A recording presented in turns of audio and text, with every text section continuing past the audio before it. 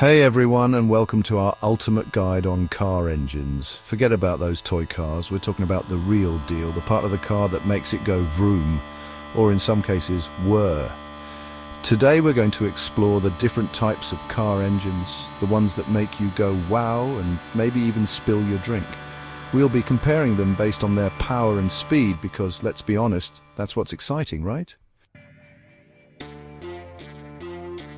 First up, we have the granddaddy of them all, the internal combustion engine, or ICE for short. This type of engine has been around for ages, and it's been the heart of the car industry for a long time. It's like that old reliable tool you have that still gets the job done. It works by burning fuel like gasoline or diesel inside a small space, creating a mini explosion that pushes a part called a piston. This movement makes the car's wheels turn. It's that simple. Now, within this type, there are different variations. You've got engines with cylinders in a line, engines with cylinders in a V-shape, and engines with cylinders spread out flat. Each type has its own quirks. The V-shaped ones are known for their power and loud sound, while the ones in a line are smoother and quieter. Now, I know what you're thinking, Jeremy, this ICE thing sounds old. And you're right, it's not the most environmentally friendly, but it has a unique character and a powerful sound that's hard to resist. Now let's move on to something more modern, the electric engine. This is the eco-friendly choice, the quiet one in the car world. It doesn't use any fuel. Instead, it runs on electricity stored in a big battery, like a giant battery you might have at home. The electric motor itself is pretty simple. It has two main parts, one that stays still and one that spins around. Electricity flowing through the still part creates a force that makes the spinning part rotate, and that's how your car moves. The cool thing about electric motors is their instant power. You don't have to wait for them to build up speed, they just go.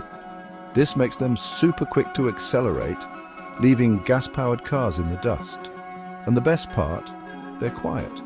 So quiet that some car makers add fake engine noises through the speakers just to make it sound like a regular car. But there are some downsides. The distance you can travel on a single charge can be limited, and charging the battery takes time. Now, for those who can't decide between a powerful engine and an electric car, there's the hybrid.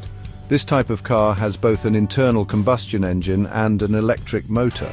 They can work together or separately depending on the situation. There are two main types of hybrids, one where both the engine and the motor power the wheels directly, and another where the engine charges the battery and the electric motor does all the driving. The main advantage of a hybrid is that it saves fuel. The electric motor can be used for city driving, which is where traditional engines use the most fuel. But hybrids are more complicated than other cars. More parts mean more things that can break and that can be expensive to fix. Now, for something even more futuristic, there's the hydrogen fuel cell engine. This could be the future of cars. Imagine cars that only produce water vapor. So, how does it work? It's all about chemistry. This type of engine combines hydrogen and oxygen to create electricity, and the only waste product is water. The electricity then powers an electric motor, which drives the wheels. However, there are some challenges. We need to build places where people can refuel with hydrogen, and that's expensive. Hydrogen is also difficult to store and transport. And lastly, these engines are still costly to make, which makes the cars expensive to buy. All right, speed demons, time to talk power and speed. When it comes to pure horsepower, the traditional internal combustion engine is still king, especially those powerful V8 engines. But don't underestimate electric cars. They can accelerate incredibly fast from a standstill. Hybrids fall somewhere in between in terms of power and speed. As for hydrogen cars, it's still early days, but they have potential. Maybe one day we'll see super fast hydrogen cars breaking speed records. But remember, power and speed aren't everything. We also need to consider fuel efficiency, emissions, and how enjoyable the car is to drive. The best engine for you depends on what's important to you. So there you have it, a quick look at car engines. From the roar of a V8 to the silent electric motor, we've covered it all. Thanks for watching. Don't forget to like, subscribe, and hit the bell icon for more videos. Now, tell us in the comments which engine you think is the future of cars.